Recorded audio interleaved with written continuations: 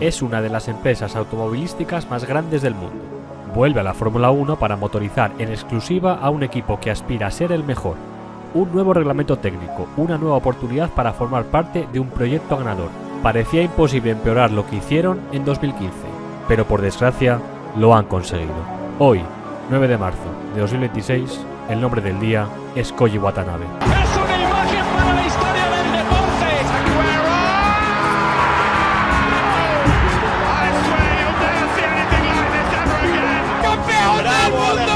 ¡Bravo, ¡campeón del mundo, Alejandro Valverde! ¡Está fuera de juego! ¡Vamos, Iniesta!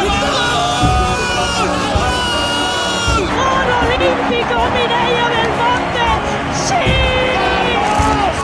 Una patada, lo ha tirado clarísimamente. Valentino ha tirado a Marc. ¡Balón de Michael Jordan!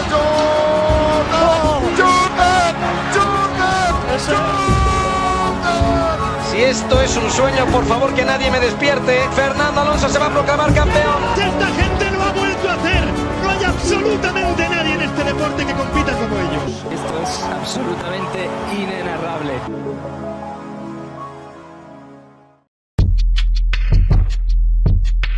La Fórmula 1, como la competición automovilística más prestigiosa y potente del mundo, es una disciplina sumamente compleja en la que los aspectos técnicos priman más que la capacidad y el talento del piloto para conseguir el resultado final deseado. Por fortuna o por desgracia, forma parte de su esencia e idiosincrasia desde hace más de 7 décadas. Ninguna persona, aunque sea un compendio de todas las cualidades y virtudes requeridas al volante para lograr el título mundial, tiene la capacidad de ser campeón si no conduce un monoplaza mínimamente competitivo, incluso superior al resto. El Gran Circo guarda para siempre las bellas crónicas de escuderías humildes que acabaron siendo gigantes. Coches rápidos e innovadores que revolucionaron el reglamento técnico y dominaron con autoridad la competición, ocupando un lugar preciado y eterno en la retina del aficionado. Y también alianzas de ensueño sobre el papel que acabaron convirtiéndose en una pesadilla sobre el asfalto. Proyectos millonarios que desembocaron en fracasos sonados, en desastres sin paliativos, en grotescos fiascos. Esta es, de nuevo, la historia de Honda. Antes con McLaren, hoy, 11 años después, con Aston Martin. Ya es sumamente conocido lo que ha ocurrido en esta nueva alianza anglo-japonesa durante los últimos 3 meses. Todo conformaba a priori una baza ganadora, o como mínimo un plan con fundamentos y certezas para aspirar a lo máximo. Un magnate canadiense, Lawrence Stroll, que compra un equipo en crisis para traer de vuelta a Aston Martin a la Fórmula 1. Una inversión millonaria que incluye la construcción de una nueva fábrica de última generación en Silverstone y un flamante túnel de viento, el más moderno e innovador que existe. Un acuerdo para equipar motores Honda en exclusiva, con las ventajas que eso supone frente a los equipos cliente. La contratación de varios de los mejores ingenieros y estrategas provenientes de otras escuderías, Andy Cowell, Enrico Cardile y por supuesto la joya de la corona, Adrian Newey, el aerodinamicista y diseñador más laureado de todos los tiempos. Y con Fernando Alonso a los mandos, claro. Un puzzle muy prometedor cuyas piezas se unían en torno al nuevo cambio de reglamentación que se pone en marcha a partir de 2026, el más drástico de la historia de la competición. Entre otras cosas, y con el objetivo de lograr una mayor sostenibilidad, a partir de ahora se utilizarán combustibles renovables y los motores contarán con un reparto de la potencia completamente equitativo, 50% térmico, 50% eléctrico. Un cambio radical, una nueva Fórmula 1, una oportunidad idónea para romper el actual status quo, pero todo ha desembocado en un absoluto desastre. Antes de detallar qué ha ocurrido, ¿quién es Koji Watanabe? ¿Quién es hoy el nombre del día? Koji Watanabe es el presidente de Honda Racing Corporation y el líder de la marca japonesa en su alianza con Aston Martin. Básicamente es el máximo responsable de Honda. La empresa nipona ha sido durante muchos años una de las más relevantes del mundo en el sector de la competición automovilística, ya sea 2 o 4 ruedas, con sus motores o con equipo propio. En 2008 pareció abandonar definitivamente la Fórmula 1, pero regresó en 2015 durante la nueva era de las unidades de potencia híbridas. Lo hizo para motorizar en exclusiva a McLaren. Se trataba de un proyecto que parecía idílico para todas las partes implicadas. El equipo británico necesitaba volver a la zona noble de la clasificación después de varias temporadas lejos de la disputa por los títulos. Honda vio en McLaren y en el nuevo reglamento una oportunidad pintiparada tanto en el ámbito competitivo como en la faceta estrictamente empresarial. Y Fernando Alonso, que acababa de finiquitar su etapa en Ferrari, requería un nuevo proyecto que le brindase la oportunidad de volver a ser campeón tras rozar dos entorchados con la escudería italiana que se escaparon en la última carrera. Todo ello, además, con el aún resplandeciente y brillante pasado que habían protagonizado McLaren y Honda a finales de los 80 y principios de los 90.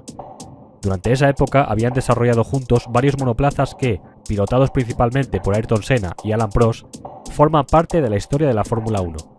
Coches icónicos, dominadores e inolvidables.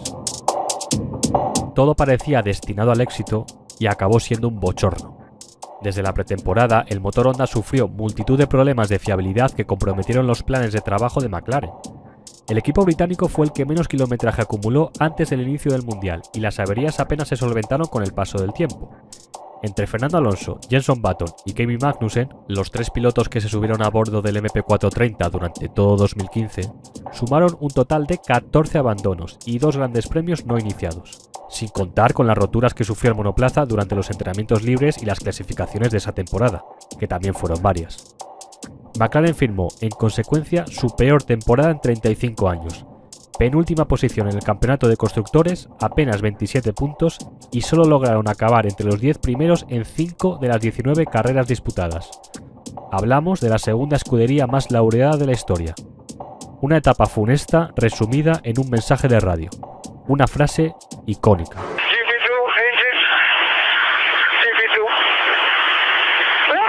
Este es, sí, Fernando Alonso, desesperado, comparando al motor Honda con una unidad de potencia propia de una categoría automovilística inferior, durante la disputa del Gran Premio de Japón, en su casa. Este comentario en plena carrera supuso el inicio de las hostilidades entre el piloto asturiano y la marca nipona, que se lanzaron dardos y pullas mutuas una vez se separaron definitivamente sus caminos a partir de 2018. Paradójicamente, ese año McLaren decidió aliarse con Renault para utilizar sus motores. No le fue del todo bien. Y Honda se alistó en la estructura Red Bull, equipo con el que consiguió ganar primero carreras y después el título de pilotos de 2021. Esa fue la última temporada de Honda en la Fórmula 1 hasta el presente 2026. Koji Watanabe, volvemos a nuestro protagonista, era en 2015 un miembro del Departamento de Relaciones Públicas y Comunicación de Honda. No ocupaba, por tanto, ningún cargo relevante ni tenía capacidad de decisión. Sin embargo, fue testigo directo de la turbulenta etapa junto a McLaren y posteriormente del resurgir del motor japonés equipando a Red Bull. Todas las negligencias, desavenencias y errores que precipitaron la serie de capítulos bochornosos e ignominiosos que protagonizó Honda en 2015 parecían olvidados de cara a 2026, pues había sobrados alicientes para que todas las partes volviesen a unirse en torno a la estructura de una escudería distinta. Era momento de ser optimista, pero la realidad, siempre tozuda, volvió a mostrarse contundente. El proyecto Aston Martin Honda comenzó mal desde el inicio. A pesar de que su puesta en marcha fue impactante e ilusionante por el diseño de un chasis novedoso y rompedor, solo pudo rodar uno de los 3 días permitidos en el test privado del circuito de Montmeló. Ya en las 2 semanas de test celebradas en Bahrein, los problemas de fiabilidad se sucedieron. Vibraciones excesivas en la unidad de potencia que afectaban a más componentes del coche, fugas hidráulicas, incapacidad del MGUK para recuperar energía, problemas en la caja de cambios. En consecuencia, Aston Martin fue, con diferencia, el equipo que menos vueltas completó durante los 6 días de pretemporada en el circuito de Sakir. Apenas 334, frente, por ejemplo, a las más de 1000 que realizaron equipos contra los que pretendía rivalizar, como Mercedes, Ferrari, McLaren o incluso Haas. De hecho, Aston Martin tuvo que finalizar su participación antes de lo previsto por falta de repuestos disponibles. La tanda más larga que pudo realizar cualquiera de los 2 pilotos del equipo británico en 6 días de preparación fue de 27 vueltas. La carrera del Gran Premio de Australia, primera del campeonato, consta de 58 giros. Las matemáticas más simples no salían y el paralelismo con 2015 era tan evidente como descorazonador. Llegó la previa del Gran Premio de Australia, circuito de Albert Park, Melbourne, jueves. Día que, aunque no haya una actividad en pista, se dedica a las declaraciones de pilotos y jefes de equipo ante los medios. Y de repente, ante la incertidumbre y desesperanza que ya giraba en torno a Aston Martin, sus protagonistas comenzaron a desvelar detalles aún más sonrojantes. Koji Watanabe y Adrian Newey dieron una rueda de prensa conjunta para dar explicaciones. Newey se sinceró desde el inicio. Confirmó que las vibraciones del motor Honda causaban la caída de los espejos retrovisores y de las luces traseras, y lo que es más grave, podían provocar, según sus palabras textuales, daños permanentes en los nervios de las manos de los pilotos. Alonso no podía dar más de 25 vueltas.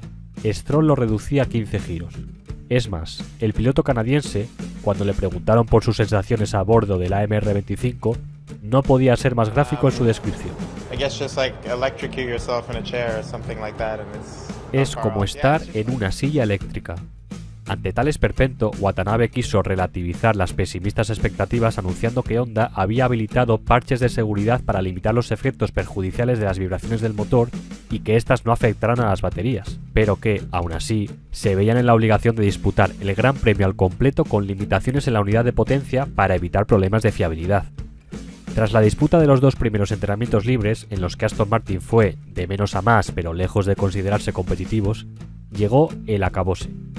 Adrian Newey, habitualmente comedido en sus declaraciones, compareció de nuevo en rueda de prensa.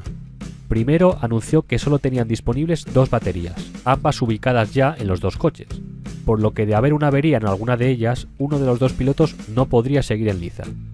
Y para rematar un escenario ya prácticamente incalificable, Newey desveló que tanto él como Lawrence Stroll, dueño de la escudería, y Andy Cowell, entonces jefe de equipo, viajaron a la sede de Honda en Sakura en noviembre de 2025 ante los rumores de que la marca japonesa no iba a alcanzar su objetivo de potencia original. Allí descubrieron, para su sorpresa, que la marca nipona apenas mantenía al 30% del equipo original de Fórmula 1 que abandonó la competición en 2022. El 70% restante lo componían trabajadores novatos e inexpertos. El resto fueron trasladados a otros proyectos de la empresa, como la creación de paneles solares. Surrealista, vergonzoso, inimaginable. Adrian Newey confirmó que de haber sabido todo esto, no habrían firmado con Honda. No, we weren't.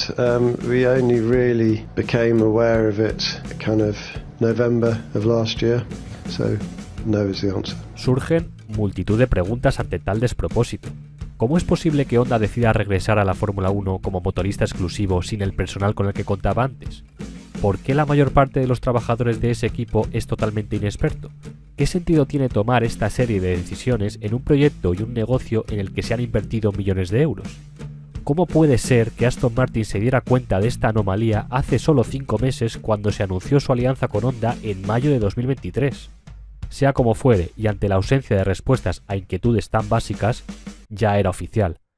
Honda, sin haberse completado el primer Gran Premio de la temporada, había superado su propio bochorno de 2015. Ante la incredulidad que generaban estas revelaciones, la clasificación estaba a punto de empezar, y lógicamente las malas noticias se acumulaban en Aston Martin. Lance Stroll había sufrido un problema en la unidad de potencia, cómo no, que le impediría participar en la sesión. Solo quedaba Fernando Alonso, y el español estuvo mucho más cerca de lo esperado de clasificar para la Q2, pero el milagro no pudo obrarse. Esa es una de las principales virtudes del piloto asturiano y al mismo tiempo un factor que desvirtúa el análisis de los equipos en los que trabaja. Tiene la capacidad de llevar el coche mucho más lejos de lo que merece, y por tanto las cosas siempre parecen estar mejor de lo que están. Pero la situación seguía siendo devastadora. Ya lo reconocía el propio Alonso tras la clasificación, anticipando su abandono en la carrera del domingo. No es secreto que no tenemos repuestos de las baterías, así que al mínimo dato anómalo que vean en la telemetría tendremos que parar el coche para poder correr en China. Aston Martin consiguió superar el 107% en clasificación y por tanto una de las circunstancias que lo hubiesen sumido en un profundo ridículo, pues de no haberlo hecho no habrían podido disputar la carrera como ordena el reglamento. Una carrera que evidentemente asumían que no iban a poder terminar, y así fue. A pesar de que Alonso realizó una salida soberbia adelantando a 6 pilotos y colocándose en una momentánea e inimaginable 10ª posición, fue perdiendo posiciones rápidamente. Y llegaron los problemas. El bicampeón del mundo completó de forma ininterrumpida un total de 14 vueltas. Entró en boxes durante unos minutos en lo que parecía un claro abandono, volvió a salir a pista para retirarse definitivamente poco después. Sí, bueno, intentando ayudar al equipo, dando las máximas vueltas posibles. La vuelta 14 o 15 vieron un dato anómalo en la telemetría, tuvimos que parar, hicimos algunos cambios al coche para resolverlo. Eso se solucionó y tuvimos otro problema unas vueltas después y tuvimos que parar también por precaución. Así que más o menos lo esperado, sabíamos que iba a ser una carrera casi imposible de acabar. Pero bueno, hemos dado bastantes vueltas entre Lance y yo y ojalá podamos en China dar otro pasito más en esa dirección. Algo similar ocurrió con Stroll. Rodó durante 34 giros seguidos, se metió en el garaje, regresó al asfalto de Melbourne y consiguió ver la bandera a cuadros, pero con 15 vueltas perdidas. En definitiva, Aston Martin tuvo que utilizar la carrera del primer Gran Premio de la temporada como jornada de test, sin poder competir, sin capacidad para pelear. Es imposible conocer el desarrollo de la temporada 2026 de Fórmula 1 y particularmente cómo y cuánto mejorará el Aston Martin, pero eso ya resulta indiferente. Todavía restan 23 grandes premios, siempre y cuando no se produzcan cancelaciones en los circuitos ubicados en Oriente Medio por el conflicto armado que se está produciendo en dicha zona. Pero el proyecto Aston Martin Honda ya forma parte del catálogo de mayores vergüenzas y sonrojos de la historia de la máxima competición automovilística. Ante esta situación, Koji Watanabe, a diferencia de lo que ocurrió en 2015 con la marca que él ahora mismo dirige, está obligado a dar todas las explicaciones pertinentes y a tomar las decisiones correspondientes para solventar una imagen que ya en realidad poca solución parece tener. Hoy, Koji Watanabe ha sido el nombre del día. Mañana, un nuevo o una nueva protagonista. Nos escuchamos.